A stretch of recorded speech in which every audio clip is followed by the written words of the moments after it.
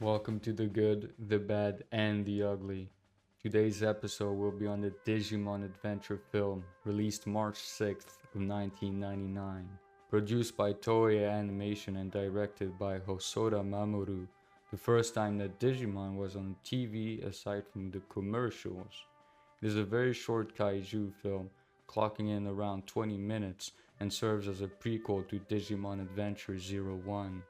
The date of release is important to Digimon since, during that time, the World Wide Web was becoming more and more accessible to the public. The franchise would then imagine what it would bring and how it would work. Later on in the series, it would ask different questions, such as how would we react to it, how would it affect us, what would we use it for. These questions are especially noticed in Digimon Tamers, given that it was written by Chiaki J. Konaka, known mostly from his earlier work on Serial Experiments Lane. Without that in mind, you would not appreciate Digimon as much. The digital world is no stranger to us now anymore, as most of people's time is now spent online. I would like to get into it more, but this film isn't the ideal piece of work for it. The animes are much better, which I will get to it later on in life. The very simplistic art style paired with the colors offers a beautiful sight to behold, and because of its simplicity, the scenes are filled with a lot of details to counteract it.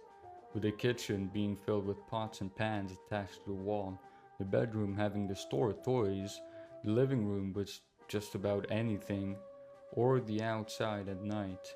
The animation also benefits from it since there are not a lot of details to think about when animating, making it so that the animators can incorporate more fluid movements outside and in fight scenes.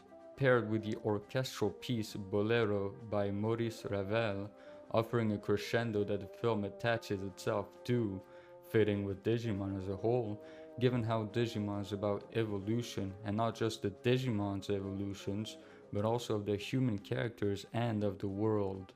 What begins as a quiet and bare-bones track blares as the film progresses, matching with Bodemon's evolution throughout it. To put it in perspective, a digital egg comes out of the computer, then hatches into a Botamon, then evolves into Koromon after eating food, who evolves into Agumon during nighttime, and when fighting Parrotmon, evolves into Greymon. All the while, like I mentioned beforehand, the classical piece follows through with it. I honestly didn't know of the piece before this film, and I actually thought it was from the film given how it suits it pretty well. I especially love hearing classical pieces played over fight scenes as it is done with this film. And speaking of the fight scene, the more prehistoric design of Greymon is well made, and it's much better than that Beergut design of the normal version, but I digress.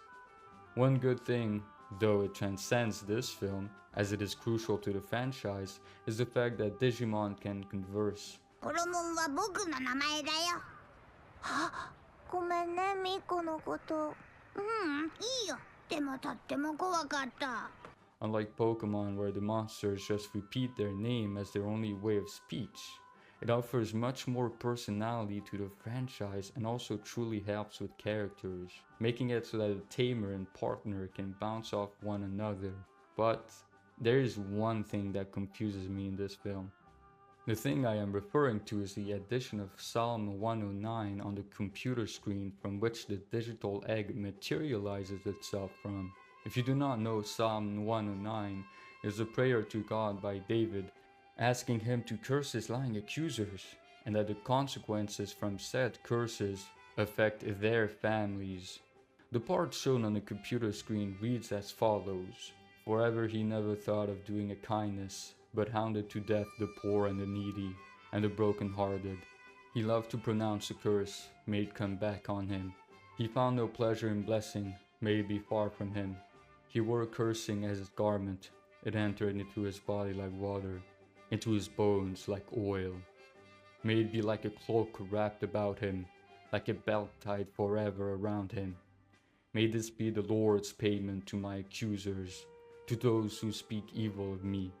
The confusion stems from the fact that there really is no meaning for it in the film. Nothing shows any of the characters having hatred, but I suppose it is to indicate that God created the digital world, that God exists in Digimon, although I should clarify, not after the Turai films, given how they have retconned a lot of the lore.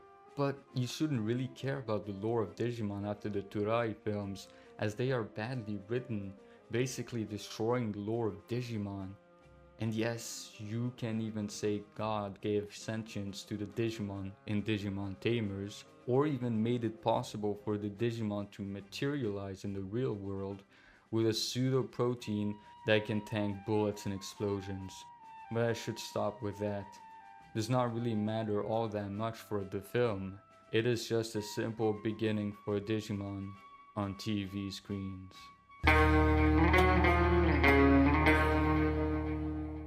The dubbing for the film is very different from the original. Removing bolero from the track and replacing it with mostly generic music. Changing the dialogue from being serious to cracking jokes every few seconds, or even removing certain scenes from the show. The scene where Taichi and Hikari's father come home drunk, or when Greymon stabs Parrotmon's lower beak with his horn. Granted, this is from the old dubbed version of the film. The recent one retains most of the original's dialogue, only having slight changes that still fits. But even then, I would never recommend watching any Digimon content in dubbed except perhaps Digimon Tamers, but that would only amount to a slight recommendation. It is not worth it to sacrifice Digimon's genuine story and dialogue just for the comfort of not having to read any subtitles.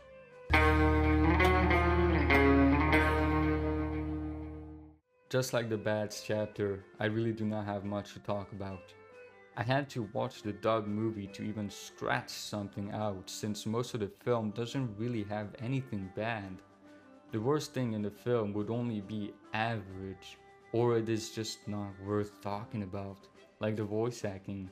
It is good, mind you, but that's all there is to it. You could argue that the film's length is bad, but given how it is the first time Digimon is on screen, aside from commercials, and that the pace of it is good, I really see no issue with it. It is a weird film to review, honestly. It feels like a retrospective would be more appropriate for it with how short it is, but here I am, making a review on it. To conclude, the Digimon Adventure film is a fun little film to watch. It is just a good movie, nothing special about it. I personally give it an 8 out of 10, but objectively I give it a 7 out of 10. As I have said in the beginning of the video, I would truly love reviewing Digimon media even more. The other films, the animes, and the games.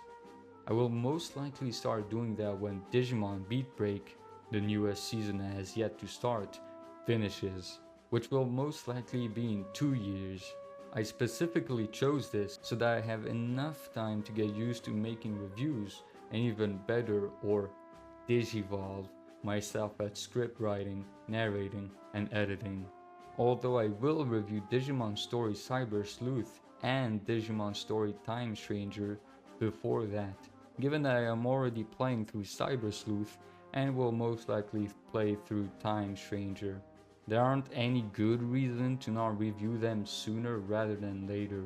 Expect to see the Cyber Sleuth review drop on October 3rd when Time Stranger comes out. Although it is not the next review that will come out. The next one will drop on September 2nd and its sequel the 5th of September, if all goes according to plan. I say this as I am currently writing this conclusion on the 26th of August. I really am cutting it close here with how much I have been procrastinating, for personal reasons, that is. But I should normally be able to keep up since I have resolved those issues. If not, well, expect to see the date change from the 5th of September to the 21st of September. Why? Because that's when Payday 3 came out. And the movie I'm going to review has some similarities to the Payday series. It's the heist. That's one of the similarities. Don't worry, their two reviews won't have Payday 3 gameplay on it, because that game sucks. And also because it's just going to be Payday the Heist and Payday 2 gameplay respectively. If the third movie comes out, I'll put Payday 3 gameplay. Not from me though. Maybe. It depends on whether or not I want to waste 70 gigabytes of space just to download that game. That's not even counting the recording as well. But enough of wasting any more of your time. God bless you, and have a good day.